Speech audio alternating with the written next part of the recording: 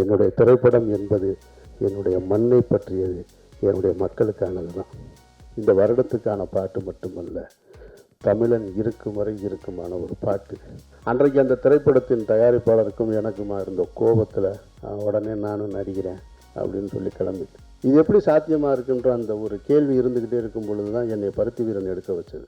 அது என்ன தான் இவன் இங்கிலீஷில் பேசி ட்விட்டரில் ஃபேஸ்புக்கில் இருந்தாலும் கொஞ்சம் கொஞ்சமாக நம்மளுடைய அடையாளங்கள் அளிக்கப்பட்டுவிட்டு, ஆனால் தமிழகம் விழித்து கொண்டது என்பதுதான் சமீபத்திய உதாரணங்கள்.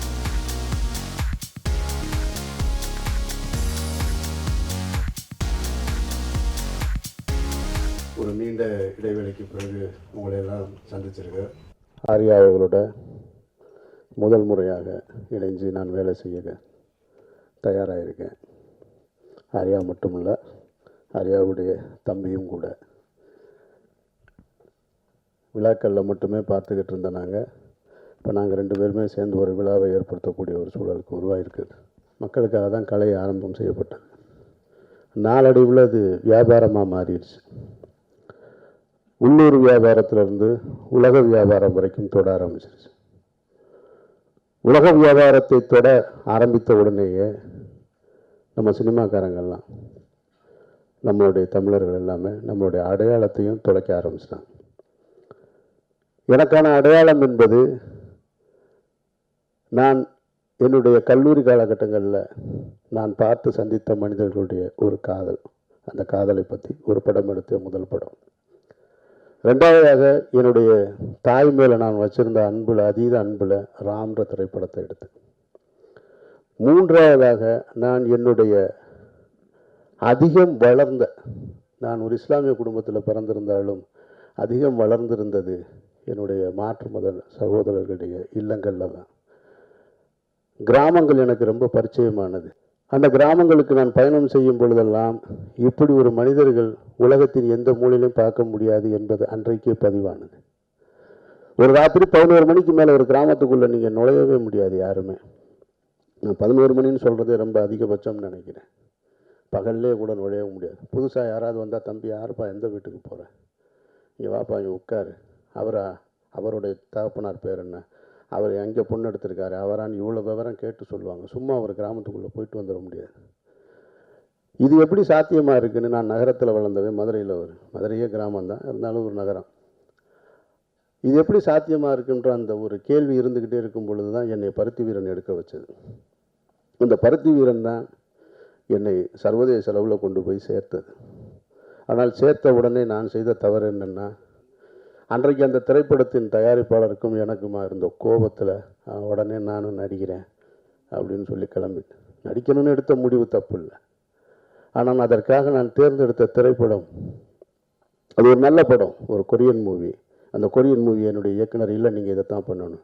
அதற்கு முன்னால் ஒரு கதை தான் நாங்கள் பேசி வச்சுருந்தோம்.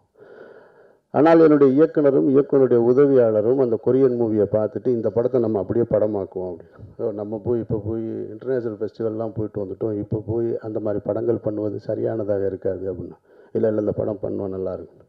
அப்படி எடுக்கப்பட்ட படம் தான். உடனே அதற்கு பின்னால் ஜெயம் ரவியோடு சேர்ந்த உடனே ஓகே, ஒரு ஹீரோவோடு சேர்ந்துட்டோம்.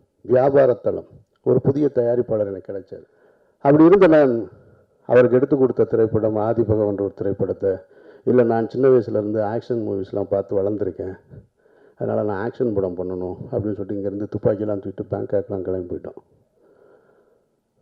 அந்த படம் எடுத்ததுக்கு பின்னால் தான் தெரிஞ்சது, அப்படி ஒரு படம் என்னால் எடுக்க முடியும் அப்படின்றது நான் நிரூபித்தனே தவிர என்னுடைய மக்களுக்கு அந்த படம் எந்த வகையிலும் கொண்டு போய் சேரலை அப்படின்றது. மக்களும் கேட்க ஆரம்பித்தாங்க, உங்ககிட்டேருந்து இது போல படங்கள் தேவையற்றது. அது பரவாயில்ல. ஆனால் என்னை போன்ற பல இயக்குநர்கள் கொஞ்சம் கொஞ்சமாக இந்த மண்ணையும், இந்த மக்களையும், இந்த கலாச்சாரத்தையும், இந்த பண்பாட்டையும் கொஞ்சம் கொஞ்சமாக மறந்த காரணத்தினால தான் இன்றைக்கி மத்தியிலிருந்து நீ வாழ்வதற்கே தகுதியற்றவன்னு சொல்லக்கூடிய ஒரு நிலைக்கு தமிழன் இழிநிலைக்கு தள்ளப்பட்டிருக்கான். 5000 ஆண்டுகளுக்கு முன்னால் வாழ்ந்த அடையாளத்தை கொண்ட ஒரு தமிழன் இன்றைக்கு நாதியற்ற சமூகமாக இருப்பதற்கு காரணம் இன்றைக்கு ஆட்சியில் இருப்பவர்களும் அதை சரியான முறையில் எடுத்து சொல்லாத கலைத்துறை சார்ந்தவர்களும் தான். அதில் நானும் குற்றவாளியாக நிற்க வெட்கப்படுறேன். இனிமேல் என்னுடைய திரைப்படங்கள் என்பது அது இந்த விழாவுக்காகவோ அல்ல இப்போ சந்தனத்தேவன் ஒரு கிராமத்து படத்தை எடுத்துட்டான் அதை எப்படியாவது மார்க்கெட் பண்ணணும் அப்படின்றதுக்காகலாம் இல்லை. திரைத்துறையில் நான் இருக்கிறது வரைக்கும் இனிமேல் என்னுடைய திரைப்படம் என்பது என்னுடைய மக்களை பற்றியது, என்னுடைய மண்ணை பற்றியது, என்னுடைய மக்களுக்கானது தான். அது இல்லாமல் இனிமேல் ஒரு சினிமாவை எடுக்க தயாராக இல்லை. எடுக்காமல் சும்மா உட்காந்துருந்தாலும் உட்காந்துரும். ஏன்னா கடந்த 2.5 வருடங்களாக இங்கே நடந்து கொண்டிருக்கக்கூடிய நிகழ்ச்சிகளை எல்லாம் பார்க்கும் பொழுது கொஞ்சம் கொஞ்சமாக நம்மளுடைய அடையாளங்கள் அழிக்கப்பட்டுட்டு, ஆனால் அதையெல்லாம் தாண்டி ஒரு முத்தாய்ப்பாக ஒரு விஷயம் நடந்திருக்கிறது. என்னென்னா தமிழகம் விழித்து கொண்டது என்பது தான் சமீபத்திய உதாரணங்கள். இன்றைக்கு இளைஞர்கள் மத்தியில் ஏற்பட்டிருக்கக்கூடிய எழுச்சி இது யாரோ தலைவர்கள் கூட்டிய கூட்டம் அல்ல, இது ஏதோ சமுதாய தலைவர்களால் அழைக்கப்பட்டதில்லை, ஜாதியின் பெயரால் சொன்னதல்ல, இது தமிழால் ஒன்றிணைந்த கூட்டம். இப்போ ஜல்லிக்கட்டு பற்றி தான் இப்போ நடக்கிற பிரச்சனை எல்லாருக்கும் தெரியும். இது என்ன ஒரு விளையாட்டு தானே இது? இந்த விளையாட்டுக்கு என்ன இப்படி ஒரு இது கேள்வி? அதுக்கே இவ்வளவு நீங்கள் அதை இவ்வளோ சீரியஸாக எடுத்துக்க வேண்டிய அவசியம் என்ன இருக்குது அப்படின்னு. இந்த பூமி பந்தில் மனிதன் படைக்கப்படும் பொழுது மனிதன் மட்டும் தனியாக இல்லை, மனிதனும் விலங்குகளும் சேர்ந்து தான் காட்டுப்பகுதியில் இருந்தது. காட்டுப்பகுதியில் இருந்த மனிதன் தான் கொஞ்சம் கொஞ்சமாக நாகரிகத்தை தேடி நாட்டுப்பகுதியாக உருவாக்க முயற்சி செஞ்சான். அப்போ அவன் தனக்கான ஒரு வாழ்விடத்தை தேடிக்கிட்டான், தனக்கான ஒரு இருப்பிடத்தை தேடிக்கிட்டான். அப்படி தேடிக்கிட்டவன் தன்னோடு அழைத்து வந்தது தான் இந்த மாடு. இது அவனை நம்பி இருக்கும், அது இவனை நம்பி இருக்கும். 2 பேருமே மாறி மாறி ஒன்னோட ஒன்று தான். அன்றைக்கு இருந்த மனிதர்களுக்கு 2 சொத்து தான் இருந்தது. ஒன்று அசையும் சொத்து, இன்னொன்று அசையா சொத்து. அசையும் சொத்து மாடு, அசையா சொத்து மண். இந்த 2 சொத்தை தவிர வேறு சொத்தே கிடையாது. நாகரிகத்தை தேடி ரொம்ப போயிட்டோம்.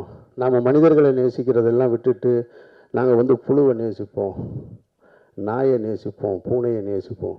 எல்லா உயிரினங்களும் நேசிக்க வேண்டியது தான், அதில் மாற்று கருத்தே கிடையாது. ஆனால் முதலில் நீங்கள் மனிதர்களை நேசிக்க கற்றுக்கணும். அதையெல்லாம் விட்டு நாங்கள் இன்றைக்கு பீட்டான்ற ஒரு அமைப்பை பின்னால் போய் நின்று இப்படி எங்களுடைய பாரம்பரியத்தை அழிப்பதற்கான முயற்சி அல்ல. இது வெளிநாட்டுக்காரங்க இருக்காங்கன்றது உங்களுக்கெல்லாம் தெரிஞ்சது, நான் புதுசாக ஒன்றும் சொல்ல வேண்டியதில்லை. ஆனால் உள்நாட்டில் இருப்பவர்கள் அதற்கு விலை போனது தான் கேவலமான ஒரு விஷயம்.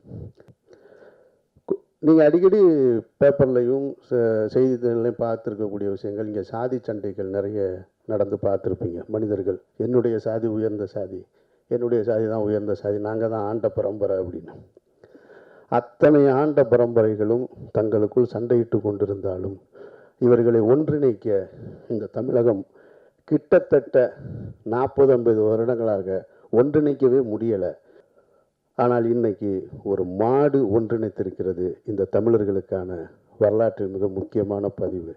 இங்கே இப்போ இன்றைக்கி போராடக்கூடிய யாருமே இது நான் இந்த சாதிக்காரன் என்று தன்னை அடையாளப்படுத்தலை, இந்த மதத்துக்காரன் என்று தன்னை அடையாளப்படுத்தலை, தமிழன் என்ற ஒற்றை வார்த்தையில் அடையாளமாக நிற்கிறான். அது இன்றைக்கு தமிழகம் அடுத்த நிலைக்கு உயர்ந்திருப்பதற்கான ஒரு நிலையாகத்தான் நான் பார்க்குறேன். இந்த படத்திலையும் அப்படித்தான் ஜல்லிக்கட்டை மட்டும் மையமாக வைத்து இந்த மண்ணை பற்றியும் இந்த மக்களை பற்றியும் அந்த ஏறுதழுவுதலையோட சிறப்பை பற்றியும் ஒரு பாடல் வேணும். அந்த பாடலை எழுதணும்னா நான் யாருக்கிட்ட போய் கேட்க முடியும் சொல்லுங்கள்?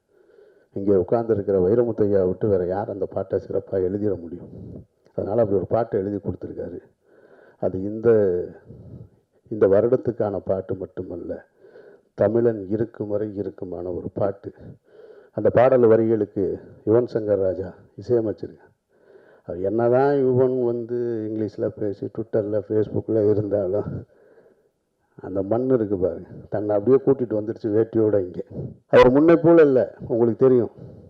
அவர் இஸ்லாமிய மார்க்கத்தை ஏற்றுக்கொண்டுட்டார். ஆனாலும் அவர் பாருங்கள் வேட்டியை விடலை பாருங்கள், நான் ஜீன்ஸில் வந்திருக்கேன் அப்படின்னா அது உள்ளே இருக்குது, அது அங்கேருந்து போகவே போகாது.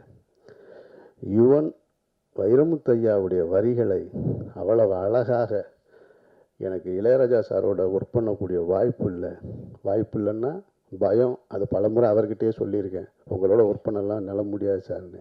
நான் தயங்கி தான் வைரமுத்தையா கூட ஒர்க் பண்ணேன். நான் மிகச் சிறப்பான அந்த ஒரு டியூன் இருக்குது. நாளை காலையில் அந்த பாடல் பதிவு இருக்குது.